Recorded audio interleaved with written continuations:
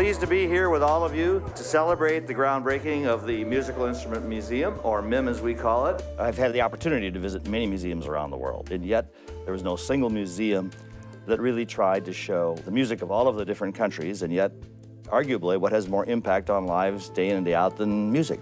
You never really think about music as just unique to your culture. It is something that everybody can participate in, everybody can understand. There is no language barrier. It really is a way for humanity to connect with one another at a very deep level in a very elevated way.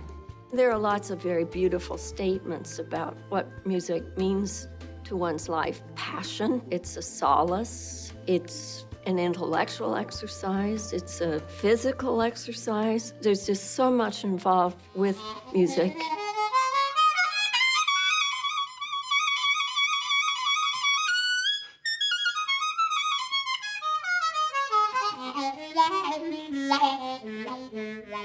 If you can make a sound or feel the sound that somebody has felt before, by making that sound, you're making a direct connection to people who lived before you. They could be from a different place or different time or different culture, but when you make that sound, when you understand that sound, when you feel it, you actually go from your place to that place. It's kind of like a little miracle because you become more than you are. You become also feelings and ideas and phrases that came before you.